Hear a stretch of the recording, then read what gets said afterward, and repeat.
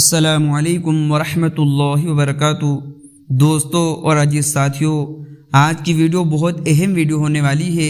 اس video کے اندر ہم بات کرنے والے ہیں کیا واقعے میں دیوبند کا اور کہ مولانا سعد صاحب کے درمیان کوئی اختلاف ہے۔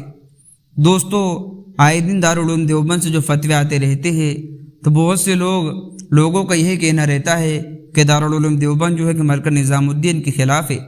تو دوستوں، پوری سچائی کیا ہے، کیا یہ حقیقت، یہ ساری وضاحت اس ویڈیو میں ہم آپ کے سامنے پیش کرنے والے ہیں۔ اس سے پہلے آپ ہمارے چینل پر نئے ہو تو اس کو سبسکرائب بھی کر لیجئے۔ انشاءاللہ اسلامک معلومات کے اوپر آئے دن ویڈیو آتی رہتی ہیں۔ تو دوستوں، سب سے پہلے بات کر لیتے ہیں کہ واقعی یہ بات صحیح ہے کہ مرکز نظام الدین یعنی مولانا سعد صاحب اور کہ دیوبند، ان دونوں کے آپس میں تعلقات خراب ہے۔ تو دوستوں، ہم سب سے پہلے ایک کارگزاری آپ کے سامنے پیش کرنے والے ہیں۔ اس کارگزاری سے ہی آپ کو پتہ چل جائے گا کہ ان دونوں میں اختلاف ہے بھی یا نہیں۔ تو دوستوں، ایک جماعت ہمارے ہی قبیلے سے، ہمارے گاؤں سے ایک جماعت باہر کے ملک میں گئی تھی۔ وہاں کے وہ لوگ بیان کر رہے تھے کہ باہر کے ملک کے اندر وہ جماعت گئی تو جب وہ جماعتوں نے کہ دین کا کام کو کرتے رہے۔ دوستوں، پہلے افریقہ کے اندر کہ بہت کہ زمانے جاہلیت والا کہ دور چل رہا تھا۔ وہ کہتے ہیں کہ ایک مستورات کی جماعت آئی اور انہوں نے بہت محنت کی۔ انہوں نے ایسی محنت کی کہ ان کو پاؤں تک پانی آتا تھا اور انہوں نے اسی مرحلے کے اندر برداشت کی اور کہ جماعت والوں کا کام، انہوں نے اس کا کام کیا۔ دوستوں، جب سے کہ ہماری بستی کا کہ رخ ہی بدل گیا۔ اب دوستوں، وہاں سے بہت ساری آبادی ہے اور بہت سارا دین کا کہ کام چل رہا ہے۔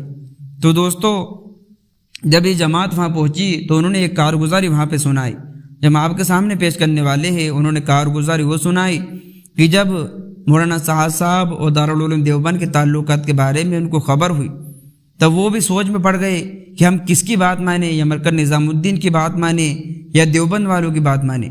تو دوستوں، انہوں نے اپنے ہی من سے ایسے رجوع نہیں کیا۔ دوستوں، انہوں نے مشورہ کیا، مشورہ کر کے 15 افراد کی ایک جماعت تیار کی۔ وہ جماعت تیار کر کے انہوں نے کہا کہ سب سے پہلے ہم مرکز نظام الدین چلیں گے اور وہاں سے دیوبند چلیں گے۔ ساری وضاحت کو معلوم کرنے کے بعد ہم کچھ بھی اختیار کریں گے۔ تو دوستوں، 15 ساتھیوں کی ایک جماعت نکلی۔ وہ جماعت سب سے پہلے مرکز نظام الدین پہنچی۔ انہوں نے مولانا سعد صاحب سے بھی بات کی کہ ہم دارالعلوم دیوبند جانا چاہتے ہیں۔ تو دوستوں، وہ دارالعلوم دیوبند گئے۔ وہ دارالعلوم دیوبند میں جانے کے بعد انہوں نے علماء حضرات سے بات کی کہ آپ کیوں ایسے فتوے دیتے ہیں اور آپ کیوں ان کے خلاف ہیں، آپ مرکز نظام الدین کے کیوں خلاف ہے، کیا بات ہے۔ تو دوستوں، ان کے علماء حضرات نے یہ بات کہی کہ پہلے جو بھی شک و شبہ تھا ہم نے ساری باتوں کو ختم کر دیا ہے۔ اب ہمیں کوئی بھی اختلاف نہیں ہے، مرکز نظام الدین سے ہمیں کوئی بھی اختلاف نہیں ہے، بلکہ دین کا کام چل رہا ہے تو ہمیں بے حد خوشی ہوتی ہے۔ تو دوستوں، انہوں نے صاف طور پر ان علماء حضرات نے انکار کر دیا، بلکہ ان جماعت والوں نے دارالعلوم دیوبند کے ہر ایک استاد کے پاس جا کر پوچھا، لیکن ان سب نے مولانا سعد صاحب کے خلاف کوئی بات نہیں کہی۔ سب نے یہی کہا کہ ہمیں کسی سے بھی کوئی اختلاف نہیں ہے۔ تو دوستوں، یہاں سے بات ختم ہوتی ہے۔ اب وہ پھر مرکز نظام الدین آئے اور انہوں نے مولانا سعد صاحب سے بات کی کہ آپ دیوبند سے کیوں خلاف ہے۔ تو دوستوں، مولانا سعد صاحب نے بھی کہا کہ مجھے، اور اکثر وہ اپنے بیانات میں بھی کہتے ہیں کہ مجھے کسی سے کوئی اختلاف نہیں ہے، میں اللہ کی قسم کھا کر کہتا ہوں کہ مجھے کوئی اختلاف نہیں ہے۔ جب جماعت والوں نے مولانا سعد صاحب سے بھی پوچھا تو انہوں نے یہی فرمایا کہ مجھے دیوبند سے کوئی اختلاف نہیں ہے اور نہ ہی مجھے دنیا میں کسی انسان سے کوئی اختلاف ہے۔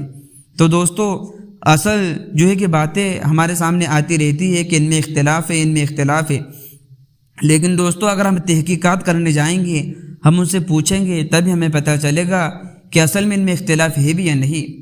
آپ لوگوں نے بھی مولانا سعد صاحب کا کئی دفعہ بیان سنا ہوگا کہ وہ قسم کھا کر کہتے رہتے اپنے بیان کے اندر کہ مجھے کسی سے کوئی اختلاف نہیں ہے۔ تو دوستوں، یہ تھا آج کا موضوع اور یہ تھی اس جماعت کی کارگزاری۔